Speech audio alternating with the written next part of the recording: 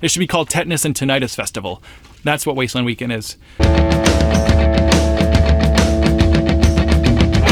Hey guys, welcome back to the Apocalypse Post. I'm your host, Makeshift, and one of you has asked for a Wasteland Weekend survival guide. So I'm going to go ahead and list off some things that I think you should know before you head out to the desert. And a lot of this stuff's going to apply to a lot of other festivals. So this is what I'm going to call your Don't Get Dead at Wasteland thing. Before we get to that, I got a couple things. One, the Patreon page has been growing amazingly. You guys are awesome. Thank you so much for all your contributions. You really help make all this content possible. And second, in a future episode, I'm going to try to answer all of your questions. So if you have any questions about Wasteland, post-apocalypse culture, other post-apocalypse festivals, me, what I do, anything, feel free to ask. And I'm going to try to get to those. It's kind of an Ask Me Anything, AMA. I'll get to that really soon. So get your questions in. Just drop them right in the comments section on this video, and I will be sure to answer them. All right, so this is Don't Get Dead at Wasteland, your step-by-step survival guide for post-apocalypse festivals. All right, so first off, before you even head out to the desert, you gotta pack some stuff. Here's a quick list. You need your hot and cold costumes because the desert can get really hot during the day and it can get really cold at night. So you wanna be able to put on and take off layers as much as possible. I would recommend covering all your skin in a light layer during the day, even though it makes sense to take off your sleeves. You think it'd be cool, but you actually want to block all those sun rays. At night, you want to layer up because it can get pretty chilly. Don't forget to bring a hat, some good boots for walking around, and some sunshades. Make sure to wasteland them up like these. Other than that, you're gonna want a lot of water. It's 2 gallons a day to survive in the desert. That's 1 gallon just for drinking, another gallon for washing up, washing dishes, washing your pits. Next up, you're gonna want some dry food, the kind of stuff that doesn't need to be refrigerated, like cans or MREs, crackers, and hard meats, that kind of thing. All that stuff helps to keep you fully stocked throughout the whole weekend without needing a whole lot of refrigeration. You're probably gonna want cash and credit card available just in case you wanna buy something. Don't forget your reusable cup. That'll help you to accept drinks at the Atomic Cafe and at other people's camps. No one's gonna have a plastic cup for you, so bring your own. You may want to grab a camelback, so you can always have water on your back. I do that because I'm constantly walking around. But other than that, just a reusable water jug that you can attach to your person and always have with you is really important. Don't forget your heavy-duty trash bags. Go ahead and print an event map and a schedule and whatever extra events you want to. Wasteland Weekend and other events, they don't hand out a schedule like at Ren Fair and that kind of thing. So you gotta print that stuff out if you want it. Also, in this year particularly, there's gonna be a new moon, so it's gonna be pretty dark at night. Wasteland's changed a lot in the last 10 years or so. So, it used to be really, really dark at night, so we needed that moon. Now a lot of the camps, they'll actually put lights on and kind of brighten up the city. So you don't need it as much, but especially when you're walking around Tent City or if you're on the outskirts, you're gonna want a little flashlight or a headlamp. If you got sensitive ears and you wanna hang out by the main stage or by the pit, that's where the DJs play, bring some earplugs. Something veteran Wastelanders remember, especially from the early years, is bring your own toilet paper. The porta potties can run out. What can I say? They've been really good the last few years, making sure that they're stocked and cleaned every single day. But if you go out for a late night run and you don't have the good stuff, what are you gonna do? You've been wearing that costume for 3 days. You don't want to get it junked up. That's gross. Stop. Okay. And lastly, I cannot stress this enough, bring your sunscreen and use your sunscreen, because the sun can get pretty brutal, and if you're used to city life and you hang out in your apartment on your computer all day, like I do, your skin's not ready for it. So bring your sunscreen and use it. Do it. Okay, so for a couple of the other events, the ones that don't happen in deserts, you're gonna want to bring maybe a portable heater in case it's a colder event, like up north or in the late fall, early spring. And then something else to consider, bug spray. If you're gonna be in the woods, especially in the Atlanta, Oklahoma, those kind of events, the bugs can be pretty bad. So bring your bug spray. All right, here's a quick list of some luxuries that I've found really useful over the years. Wet wipes are awesome, especially if you can't shower. You can just do a quick rub down and be feeling pretty fresh. Next up, I used to bring a solar shower, which was actually really great. It's like a camp shower. You put it in the sun for a little bit with 1.5 gallons of water, and then you get a nice shower. You can rinse out your hair. It feels amazing around sunset. So definitely consider that. Just make sure you bring the extra water for it. Open air shade. So this is something that another thing that veteran Wastelanders have learned is if you're in a Coleman tent, it's gonna become an oven all day long because it's just getting beat on by the sun. So you've got your tent, right? And then you go over it with an easy up or a tarp, or you can fabricate your own building. But if you can get your tent in the shade and have space for the air to flow between the two, you're gonna stay a lot cooler during the day. The other option is, those like foil type thermal blankets, super cheap. They're called survival blankets or thermal blankets. You can actually tack those on the side of your tent, and that can help reflect a lot of the sunlight and keep your tent a little bit cooler. And lastly, if you do want to bring a lot of fresh food, sandwich meats, hamburgers, hot dogs, that kind of thing, you're gonna want one of those super 5-day coolers and probably stack it up with some dry ice. Dry ice can be pretty expensive, but you do your dry ice on the bottom, put a layer of regular ice on top, and then all your food. But that'll help keep your food for 3-4 days tops. As long as you keep it in the shade, keep it cool and out of the sun. Those coolers can actually last quite a bit. Other than that, if you don't bring dry ice, your ice is probably gonna die after a day, maybe 2. If you got a really good cooler, and you're gonna be making runs back to the city to stock up. So that's just an option. All right, so that's all the stuff you should be thinking about before you head to the festival. How about some stuff that you can get on the way? Number 1 is firewood, and the truth is you actually want to be buying your firewood as close to your destination as possible. That helps to prevent the spread of different bugs from different areas. If you're coming from the East Coast all the way over to the desert, you could actually introduce some kind of new bug over there that the ecosystem's not ready for, and it can be really detrimental to the habitats of the other species that are already living there. So if you buy your firewood local, you can help prevent that. So think about buying your firewood as a last stop right before you get to the festival. Don't forget to gas up your cars and your gas cans. You can do that right in California City, right in the city of Mojave. There's a few cities depending on what direction you're coming from. Save that for the last minute. You don't want gas cans to be leaking out in your car during your whole drive, and you want your car full on gas before you get in line in case you get to run the AC that whole time. Also, when you're making your last stop, make sure to go to the bathroom. The line doesn't have porta potties. It does at the end of the line, but if you're stuck in line for 2 hours, there's no porta potties out on the road. The line, it's awesome. Between 4,000 and 5,000 people are expected to come to Wasteland this year. They're all gonna try to get in on Wednesday and Thursday, so there's gonna be a lot of people waiting. They try to get the line through as fast as possible, but you're still gonna be stuck out there for a little bit. Be prepared to keep your AC running, have some water, and bring something to do so you don't die of boredom.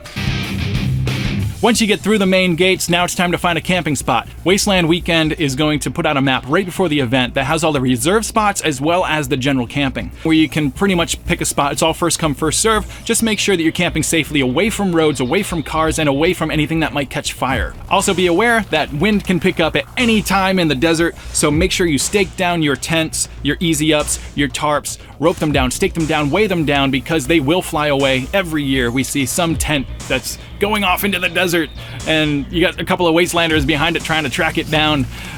We don't want that. It's dangerous and kind of funny, but yeah, stake your stuff down. Even if you don't think it's gonna blow away, stake it down anyway. It's just the smart thing to do. All right, so now you're camped safely and it's time to start walking around enjoying the event. First off, use your sunblock. Put it on before you leave camp. If you walk away and you forgot, chances of you going back to put it on get a little slimmer. Make sure you have your water, your reusable cup, bring a hat, bring your extra layers if it's starting to get dark. Carry your card and your cash in case you're gonna hit up some vendors or some food. And this year I'm specifically gonna remember to bring my dust mask or a handkerchief or a smog, whatever. When it gets windy out there, the dust picks up, it gets all up in your face and your grill and your teeth, and a dust mask can help prevent that. Plus, there are diseases that live in the desert sand that you don't want. I forget what it's called, but it's kind of like a flu, except you don't have an immune system for it because you don't live out there. And then of course, all the normal rules apply. You gotta look out for your friends. Medical and security are on site. They're there to help. If you haven't been to Wasteland before, inside the main gates is the command center. If you follow that up to the right, up the hill, you're gonna find the medical and security tents. You can go there anytime. Also, if something does happen, you can always just yell security, yell medic, yell help, and people will come. Wasteland Weekend is in the middle of the Mojave Desert. There's actually a lot of off-roading that happens there. If you do want to wander off-site, first off, you gotta get your off-road permit from the city or from the county. I forget which one, look it up. Again, normal survival rules apply. Let someone know where you are, bring a friend, bring your emergency supplies. And around town, just be aware of those vehicles. There is a 5-mile-an-hour speed limit anytime you're on the Wasteland Weekend event site. So first off, drive your vehicles really slow.